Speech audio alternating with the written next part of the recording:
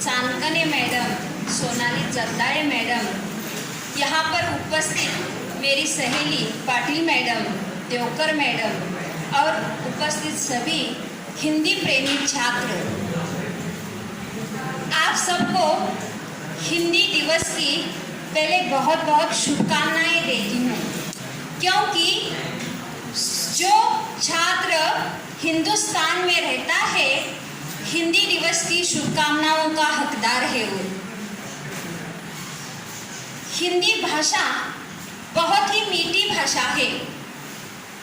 कश्मीर से लेकर कन्याकुमारी तक, संसद से लेकर सड़क तक और साहित्य से लेकर सिनेमा तक एक जगह संवाद का ऐसा पुल बनाने वाली एकमात्र भाषा है हिंदी भाषा।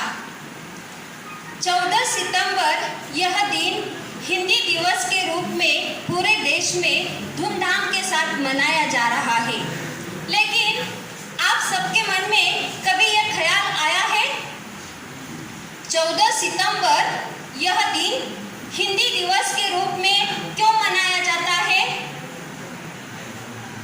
14 सितंबर 1949 को भारतीय संविधान ने हिंदी भाषा को राष्ट्रभाषा और देवनागरी लिपि को राष्ट्रलिपि घोषित किया और तब से 14 सितंबर यह दिन हिंदी दिवस के रूप में मनाया गया।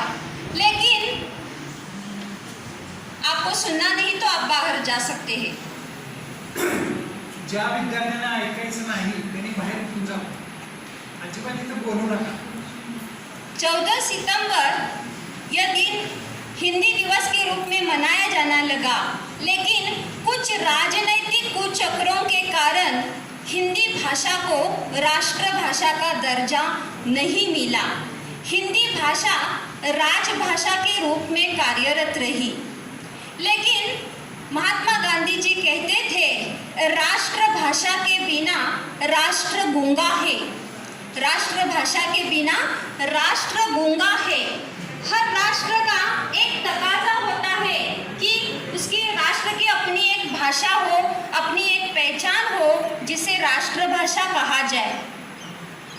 अब राष्ट्रभाषा किसे कहते हैं? राष्ट्रभाषा उस भाषा को कहते हैं जो पूरे राष्ट्र, पूरे देश के 60-70% लोग वह भाषा बोलते हो, उस भाषा को राष्ट्रभाषा कहते हैं।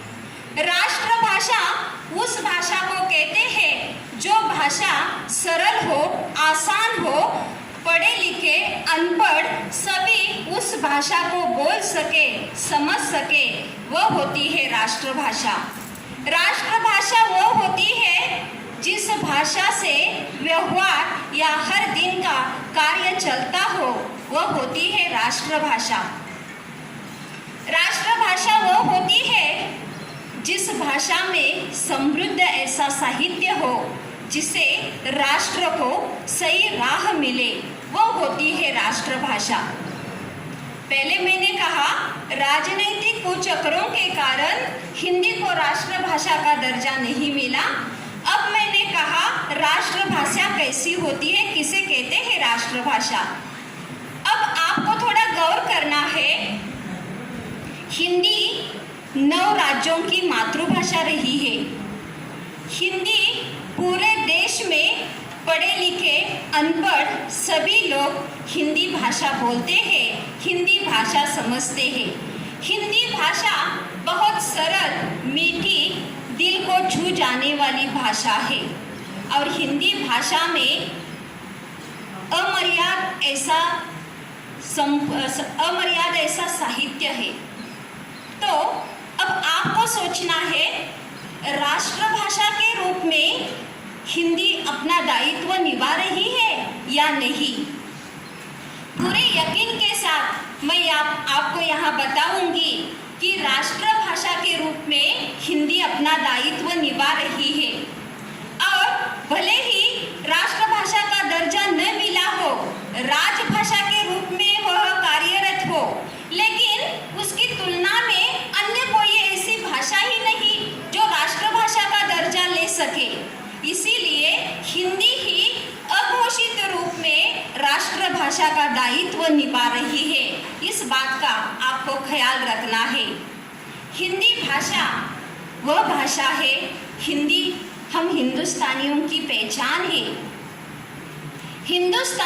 हिंदुस्तानियों की शान है हिंदी भाषा हम सबकी पहचान है। हिंदी भाषा वह भाषा है जिसकी वर्णमाला अ से शुरू होती है और ज्ञ तक जाकर खत्म होती है। हिंदी वह भाषा है अ यानी अनपढ़ से शुरू होती है और ज्ञ यानी ज्ञानी बनाकर छोड़ देती है। इसीलिए हमें ध्यान में रखना है, हमें ज्ञानी बनना है तो हिंदी भाषा में समृद्ध साहित्य जो है उसे पढ़ना है।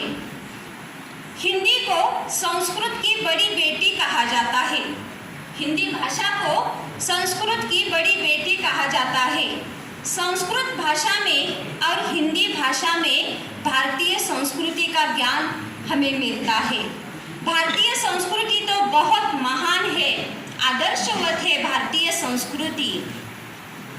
संस्कृति इतनी महान है जो दुर्जन को सज्जन बना देती है। हमारी भारतीय संस्कृति दुर्जन को सज्जन बना देती है, सज्जन को संत बना देती है, संत को अरिहंत बना देती है और अरिहंत को सिद्ध बना देती है। वह है हमारी भारतीय संस्कृति जो हिंदी के माध्यम से हम समझ सकते हैं और अपने मनुष्य जन्म को सार्थक बना सकते हैं। इतनी महत्वपूर्ण है हमारी हिंदी भाषा। हिंदी भाषा विश्व की तीसरी भाषा और भारत देश में सबसे ज़्यादा बोलने वाली हिंदी भाषा अपनी पहचान बनाकर रहती है। हर दिन का कार्य हिंदी भाषा में होता है। हम महाराष्ट्र में रहते हैं, इसीलिए हम पर मराठी भाषा का प्रभाव है, लेकिन जहाँ भी देखो समाज में, महाविद्यालयों में, दफ्तरों में कई जगह हिंदी भाषा में बातचीत होती है।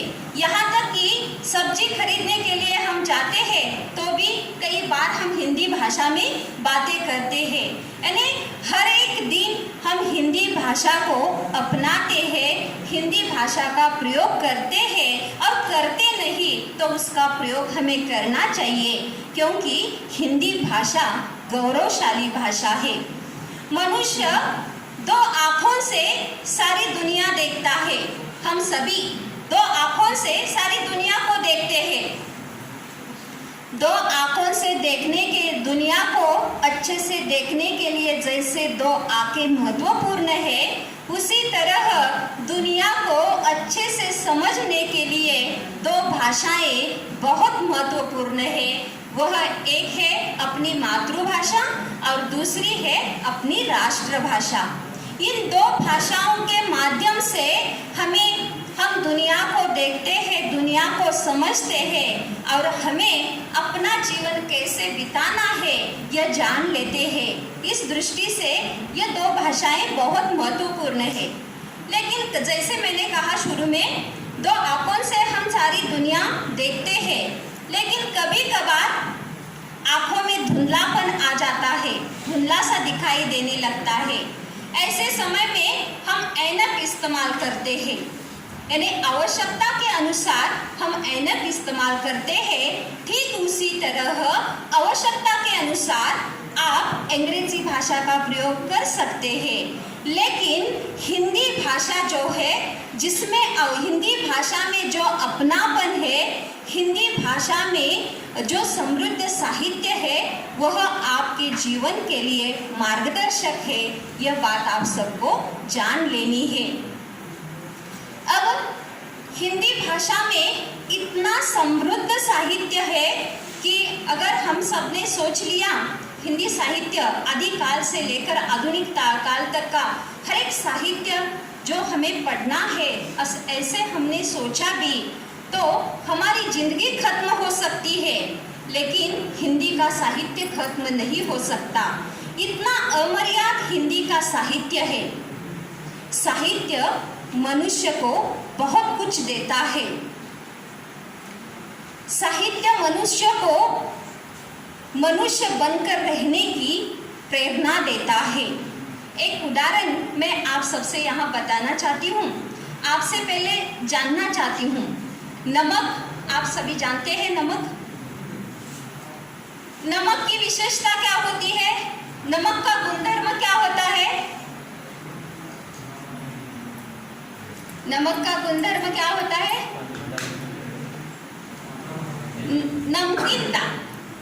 नमकीनता यह नमक की विशेषता है। शक्कर आप सभी जानते हैं। शक्कर का गुणधर्म विशेषता क्या है? मीठास। नमक की विशेषता गुणधर्म नमकीनता है, शक्कर का गुणधर्म मीठास है। मुझे बताइए, नमक में नमकीनता नहीं है तो उस नमक की कुछ अहमियत है? नमक में नमकीनता नहीं है तो उस नमक की कुछ अहमियत है? नहीं है। शक्कर में मिठास नहीं है तो उस शक्कर की कुछ अहमियत है? नहीं है। हम कौन है? हम इंसान है। और इंसान का गुणधर्म क्या है? इंसान का गुणधर्म क्या है? इंसानियत इंसान का गुणधर्म है। और यही इंसानियत अगर इंसान में न हो तो इंसान की कुछ अहमियत रह जाएगी? रह जाएगी? नहीं रह जाएगी। तो इंसान को इंसान बनाने का, इंसान में इंसानियत लाने का महत्वपूर्ण कार्य साहित्य के माध्यम से होता है। और यह साहित्य हिंदी भाषा में बहुत है, विस्तृत मात्रा में है। इतना साहित्य भंडार हिंदी भाषा का है। मैं आप सबको ऐसा नहीं कहूँगी कि पूरा साहित्य भंडार आप कंठस्थ कीजिए, चाहे पूरा साहित्य आप कंठस्थ कीजिए, ऐसा मैं आपको कभी नहीं बताऊंगी। लेकिन इतना जरूर कहूँगी, हिंदी साहित्य जो इतना समृद्ध साहित्य है, उसमें से कुछ गिने चुने किताब आप सबको पढ़ने हैं। बहुत से प्रेमचंद जी, हरिवंश राय बच्चन, सूर्यकांत त्रिपाठी निराला, महादेवी वर्मा आदि काल से आधुनिक काल तक बहुत महान साहित्यकार होकर गए हैं। उनके कुछ गिने चुने किताब आप पढ़ते हैं, आपको पढ़ना चाहिए। केवल पढ़ना ही नहीं, उन विचारों का चिंतन मनन आपको करना है। और किसी आदर्श विचार को आप पढ़ते हैं, उस विचार के बारे में चिंतन मनन आप करते हैं और उन विचारों का अपने जीवन में आचरण करते हैं, तो आप महान बन जाते हैं। आपका व्यक्तिमत्व प्रभावी बन जाता है। इंसान होकर इंसानियत की पहचान हमें इस साहित्य के माध्यम से मिलती है।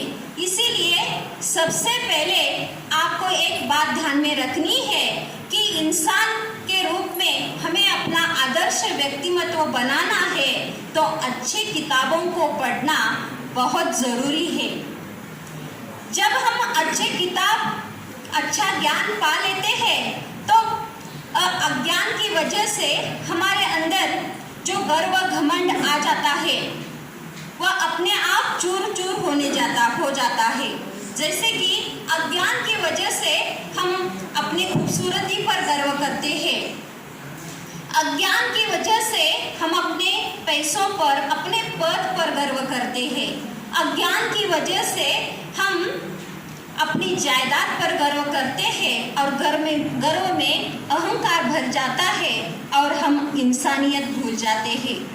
तो साहित्य में कुछ ऐसी किताबें हैं जो आप पढ़कर अपना व्यक्तित्व आदर्श बना सकते हैं। हिंदी साहित्य तो इससे भरा हुआ है। या संत कबीर जी से लेकर आधुनिक काल के मैथिली शरण गुप्त तक हर एक का साहित्य, हर एक की रचना कृति हम देखते हैं तो उससे हमें कुछ ना कुछ ज्ञान तो मिलता है कि हमें जिंदगी में क्या करना है, हमें अपना जीवन कैसे जीना है। जीवन के इस राह पर यह साहित्य ही हमें मार्गदर्शक के रूप में कार्यरत रहता है। इसीलिए हिंदी साहित्य की विशेषता बताते हुए मैं संत कबीर जी का एक दोहा आपको जरूर बताऊंगी, जिसके माध्यम से हमें अपना बर्ताव कैसे होना चाहिए यह पता चल जाता है। संत कबीर जी कहते हैं, ऐसी बानी बोलिए मन का आपा खोए, ऐसी बानी बोलिए मन का आपा खोए, औरन को शीतल करे खुद ही शीतल हो। इस दोहे के माध्यम से संत कबीर हमें यह बताते हैं कि हमारे वाणी में नम्रता होनी चाहिए। नम्रतापूर्ण वाणी से हम सामने वाले से बात करते हैं तो हमारी बातें सामने वाले को बहुत अच्छी लगती है, सामने वाला अपनी बातों से संतुष्ट होता है और हमारी बातों से कोई संतुष्ट हुआ है, इसे हमें आत्मसुख मिलता है। अगर आपको आत्मसुख पाना है तो सबसे जरूरी है आपके बर्ताव में और आपके वाणी में नम्रता होनी चाहिए। यह ज्ञान हमें मिलता है वह साहित्य के माध्यम से। इंसान कभी कभी इस जीवन में हताश निराश हो जाता है। ऐसे में इंसान को प्रेरणा देने का कार्य यह हिंदी की कविता या हरिवंश राय बच्चन जी की यह कविता हमें प्रेरणा देती है। इंसान को संबोध कर हरिवंश राय बच्चन कहते हैं, तू क्यों बैठ गया है पद पर, तू क्यों बैठ गया है पद पर, देह न हो पर है मग आगे, देह न हो पर है मग आगे, मग आगे यानी मार्ग आगे, बस धरता चल तू पग आगे, बस धरता चल तू पग आगे, पग यानी पैर कदम, तुम्हें केवल कदम बढ़ाने हैं। बैठना चलने वालों के दल में तू आज तमाशा बनकर, बैठना चलने वालों के दल में तू आज तमाशा बनकर, यानी जो आगे बढ़ने वाले लोग हैं उन लोगों के बीच तुम्हें तमाशा बनकर नहीं रहना है, बल्कि तुम्हें भी आगे बढ़ना है। ऐसी प्रेरणा इन कविताओं से मिलती है। बहुत से ऐसी कविताएं हैं जो हमें प्रेरित करती है। त्रिपुरारी जी की त्रिवेणी, वह भी हमें ऐसी ही प्रेरणा देती है कि चाहे कितनी भी मुश्किलें क्यों ना आए, चाहे कितनी भी मुश्किलें क्यों ना आए, छोड़ मत देना उम्मीद का दामन, छोड़ मत देना उम्मीद का दामन, ना उम्मीदी तो मौत है प्यारे, ना उम्मीदी तो मौत है प्यारे। यह सब बातें हमें इस साहित्य के माध्यम से मिलती है। अब आपको आपका दिलचस्पी का विषय शेरो शायरी, प्यार मोहब्बत को लेकर शेरो शायरी, दोस्ती पर शेरो शायरी जो हिंदी भाषा की देन है। और ऐसे शेरो शायरी से भी हमें क्या मिलता है कि कुछ करने की हिम्मत मिलती है। ऐसे बहुत सी शेरो शायरी आपने सुनी होगी, ऐसी बहुत सी शेरो शायरी आपने सुनी होगी जो आपको कुछ कराने की, कुछ कर गुजरने की हिम्मत देते हैं। ऐसी एक शायरी है जो हमें कुछ करने की हिम्मत देती है। जिंदगी है देन खुदा की, जिंदगी है देन खुदा की, जीने का हक हमारा है, जीने का हक हमारा है। पाँव जमीन पर है, पाँव जमीन पर है, लेकिन आसमान छूने की चाह हमारी है, आसमान छूने की चाह हमारी है। ऐसे कुछ करने की हिम्मत हमें इस साहित्य से मिलती है। इतना समृद्ध साहित्य हिंदी भाषा में है और हिंदी भाषा या हिंदी भाषा का प्रचार और प्रसार सही मायने में अगर किसी ने किया होगा तो वह है फिल्म जगत। फिल्म जगत ने हिंदी भाषा का प्रचार प्रसार और विकास इतना किया है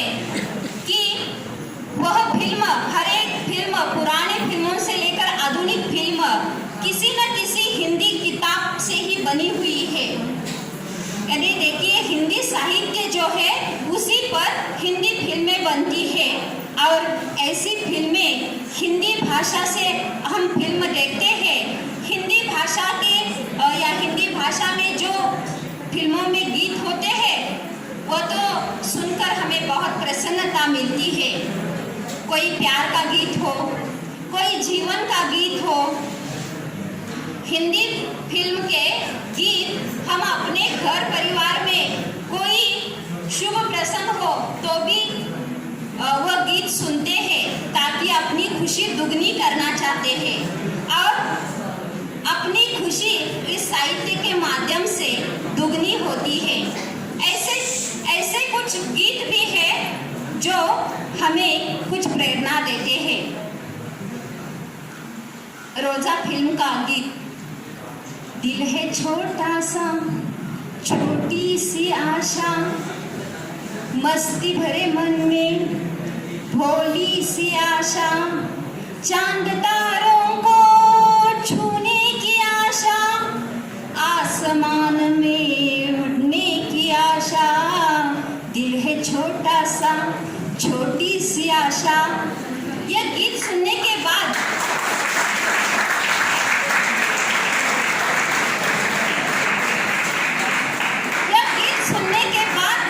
आपके मन में भी ये विचार नहीं आता हमें भी अपनी जिंदगी में कुछ करना है, हमें भी अपनी जिंदगी में कुछ करके दिखाना है। ऐसे गीतों से हमें प्रेरणा मिलती है। यानी शेरो शायरी साहित्य के हर विधा से हमें कुछ न कुछ ज्ञान मिलता है। हिंदी प्रार्थना भी हम सुनते हैं तो हमारे मन को शांति मिलती है। इतनी शक्ति हमें देना दाता, मन का विश्वास कमजोर होना, हम चले नेक रास्ते पे हमसे भूल कर भी कोई भूल होना।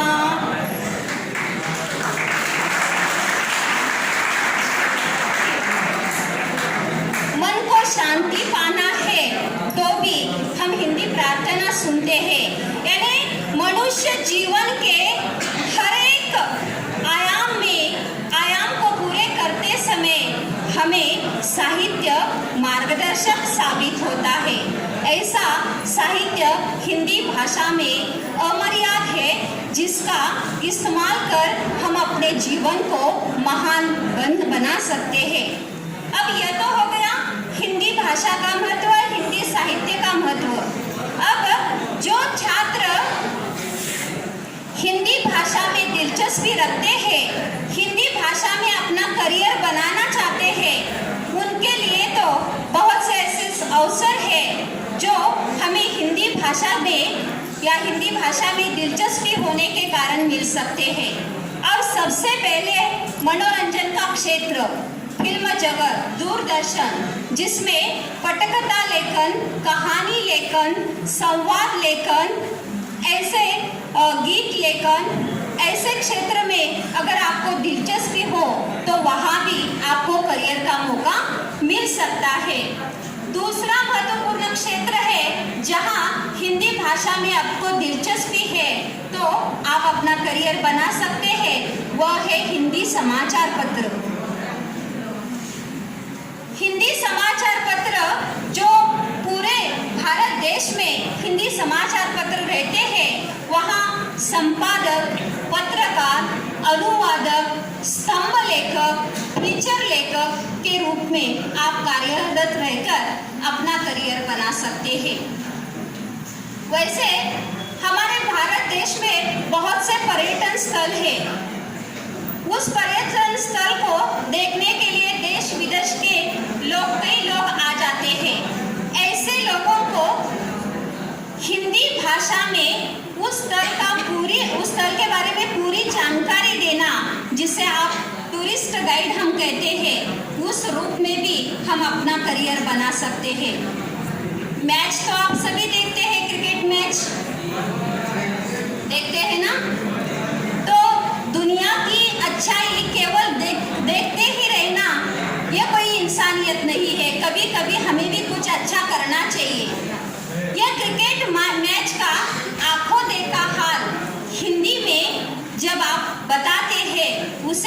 कमेंटरी या अंग्रेजी में कमेंट्री कहते हैं। यह इस क्षेत्र में भी भाषा पर अगर प्रभुत्व हो तो आप यहाँ अपना करियर बना सकते हैं। मनोरंजन क्षेत्र, हमें रोजगार के अवसर मिल सकते हैं। मनोरंजन के क्षेत्र में विज्ञापन ये एक ऐसा क्षेत्र है, इसमें भी हम अपना करियर बना सकते हैं अगर हमारा भाषा पर प्रभुत्व हो।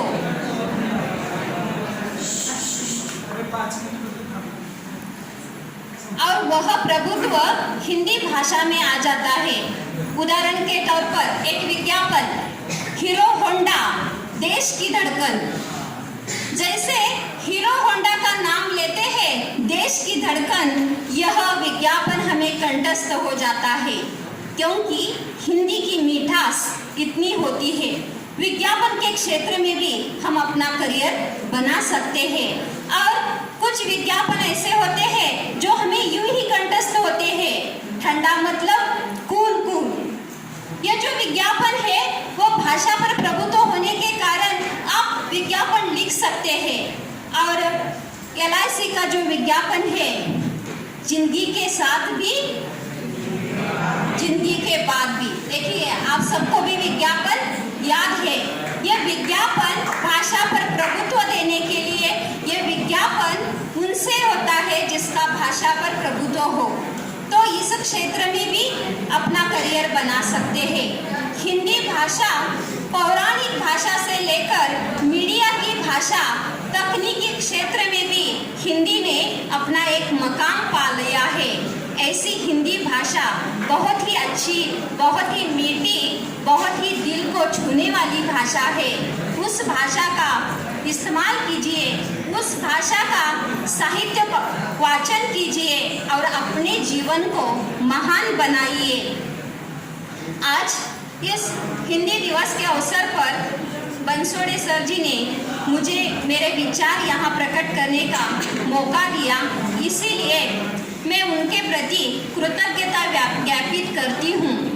आप सबने मुझे सुना, इसीलिए आप सबके प्रति भी कृतज्ञता ज्ञापित करती हूँ। और मैं यहाँ मेरी वाणी को विराम देती हूँ, लेकिन जाते जाते इतना कहना चाहती हूँ।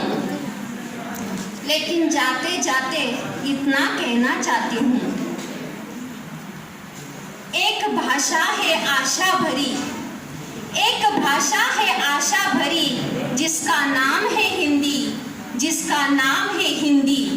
हिंदी केवल जुबान नहीं है, हिंदी केवल जुबान नहीं, देश के माते की बिंदी है यह हिंदी, देश के माते की बिंदी है यह हिंदी।